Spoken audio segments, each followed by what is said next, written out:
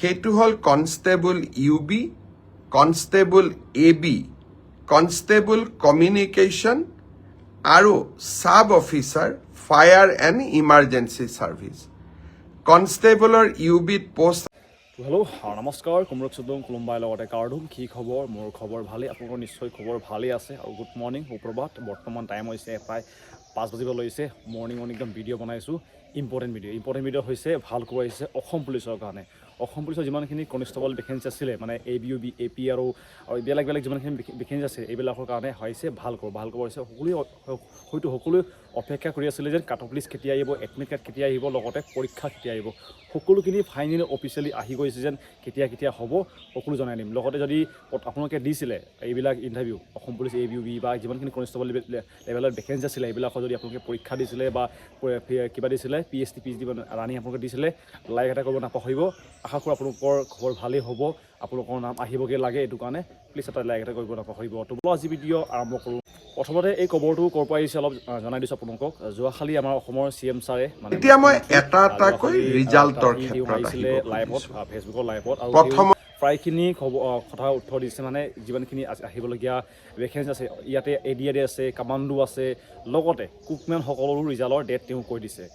তাৰপিছতে কামাণ্ডোসকলৰ ডেট কৈ দিছে, ABUB সকলোখিনি, লগতে SI সকলৰো কৈছে। SI সকলৰ লগতে কুকমেনসকলৰ কাৰণে মই বেলেগ এটা ভিডিঅ' বনিম। ইয়াত ভিডিঅ'টো ক'লে বহুত দীঘল হ'ব, এইটো কাৰণে কামাণ্ডো আৰু SI সকলৰ কাৰণে মই নেক্সট এটা ভিডিঅ' আনিম। ইয়াত কম মই AP আৰু লগতে ABUB, বিশেষকৈ ইয়াত ভেকেঞ্চি বেছি আছে, লগতে কেণ্ডিডেটো বেছি, এইটো কাৰণে ইয়াত ক'ব চেষ্টা কৰিম। তো ইয়াত যোৱাকালি তেওঁ ফেচবুকৰ লাইভত আহিছিলে আৰু তেওঁ সকলোখিনি তথ্য দিছে যেন কেতিয়া হ'ব হয়তো ভেকেঞ্চি বাঢ়িছে ABUBত। ভিডিঅ'টো বেছি দীঘল নকৰোঁ, সকলোখিনি আপোনালোকৰ তথ্যকেইটা দি দিম। কোনটো তাৰিখত আহিবগৈ কাট অফ লিষ্ট, লগতে পৰীক্ষা, তাৰপিছত আপোনালোকৰ এডমিট কাৰ্ড।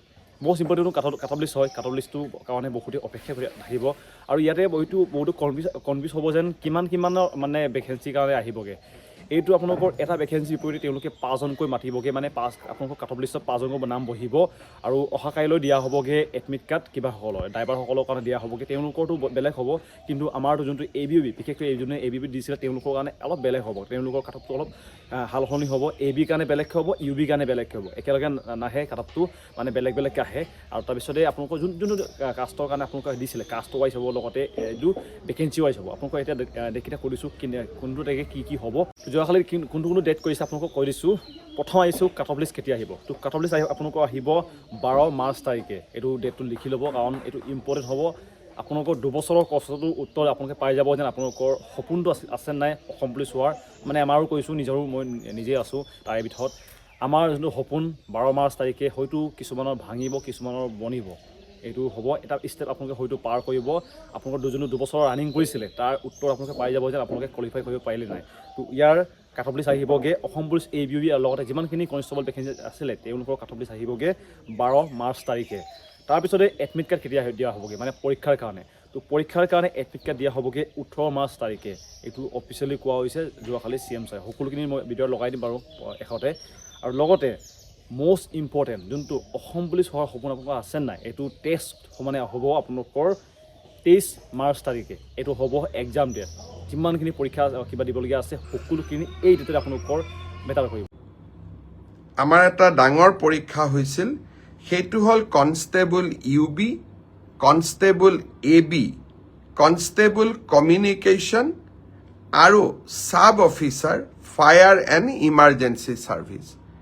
কনষ্টেবলৰ UBত পোষ্ট আছিল 1760টা, কনষ্টেবল ABত পোষ্ট আছিল 2301টা, কনষ্টেবল কমিউনিকেশ্যনত পোষ্ট আছিল 466টা, আৰু সাব অফিচাৰ ফায়াৰ ছাৰ্ভিচত পোষ্ট আছিল মাত্ৰ 1টা।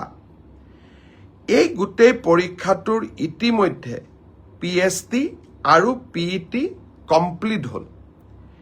এই পৰীক্ষাটোৰ যিসকলে PST PETত কোন পাছ কৰিলে, ইয়াৰে ৰিজাল্ট অসম আৰক্ষীয়ে 12 মাৰ্চ তাৰিখে ঘোষণা কৰিব। অৰ্থাৎ কনষ্টেবল UB AB পৰীক্ষাৰ প্ৰথম ৰিজাল্ট 12 মাৰ্চ তাৰিখে প্ৰকাশিত হ'ব। ইয়াৰ পিছত আপোনালোকে নিজেও জানে যে এটা লিখিত পৰীক্ষাত আমি অৱতীৰ্ণ হ'ব লাগিব। আৰু এই লিখিত পৰীক্ষাৰ্থীৰ বাবে যিসকলে কাট অফ মাৰ্ক পাবলৈ সক্ষম হ'ব তেওঁলোকে এডমিট কাৰ্ড 17 মাৰ্চৰ পৰা ডাউনলোড কৰিব পাৰিব আৰু ফাইনেলি এবি ইউবিৰ ৰিটেন টেষ্ট 23 মাৰ্চত অনুষ্ঠিত হ'ব। আপোনালোকে দেখিলে যেন ইয়াত কোৱা হৈছে সকলোখিনি তথ্য দিয়া হৈছে কেতিয়া কেতিয়া হ'ব 12 মাৰ্চ তাৰিখে আহিব কাট অফ লিষ্ট লগতে আপোনালোকৰ 18 তাৰিখে আহিব আপোনালোকৰ এডমিট কাৰ্ড লগতে আপোনালোকৰ পৰীক্ষা হ'বগৈ 23 মাৰ্চ এইটো হৈছে যিমানখিনি কনিষ্টেবল দেখি দিছিলে এইবিলাকৰ প্ৰশ্ন উত্তৰ নেক্সট এটা ভিডিঅ' আনিম কুকমেন লগতে কামাণ্ডো তাৰপিছতে আপোনালোকৰ সাব ইনস্পেক্টৰ মানে SI ভেকেঞ্চিৰ কাৰণে কেতিয়া আহিব পৰীক্ষাৰ ৰিজাল্ট কেতিয়া তেওঁলোকৰ দিয়া হ'ব PST PET সকলোখিনি তথ্য দিব চেষ্টা কৰিম ভিডিঅ'টো বেছি দীঘল নকৰোঁ সামৰিছোঁ।